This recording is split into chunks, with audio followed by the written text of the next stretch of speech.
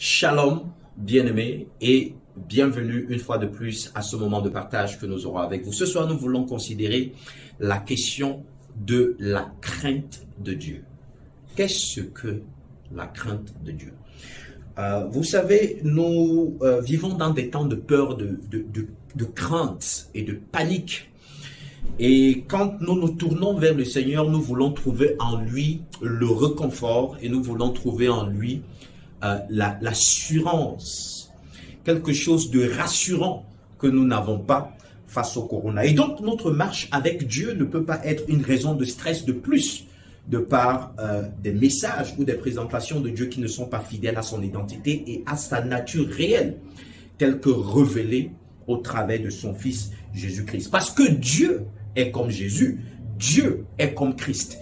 Dieu est le Seigneur manifesté dans sa chair, et ce que nous voyons dans le Fils est ce que nous devons reconnaître dans le Père. C'est en cela que la révélation de Dieu dans la chair est importante. Alors c'est quoi la crainte de Dieu? La crainte de Dieu de prime abord n'est pas la peur de Dieu. Dans une version un peu plus soft, quand nous lisons dans les versions Louis II et dans les versions King James en anglais, où on parle carrément en anglais de « the fear of the Lord », le sentiment que Dieu décide qu'on ait peur de lui, qu'on tremble devant lui, n'est pas chrétien. C'est pas une doctrine chrétienne. Parce que la doctrine chrétienne révèle que Dieu est amour dans son essence. L'amour n'est pas quelque chose que Dieu fait. L'amour, c'est qui Dieu est.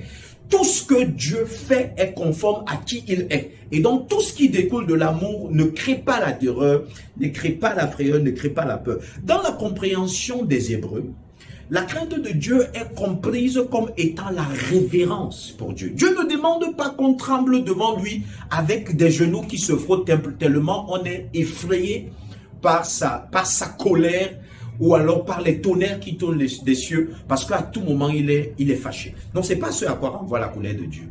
La crainte de Dieu. La crainte de Dieu renvoie à la révérence de Dieu, à prendre Dieu en considération.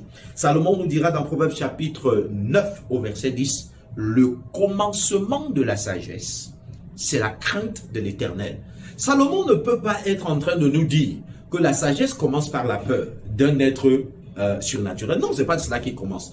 C'est pas ce qu'il est en train de dire. Salomon essaye de nous faire comprendre que la vie ne commence à avoir de sens que lorsqu'on commence à avoir une pensée révérentielle, respectueuse.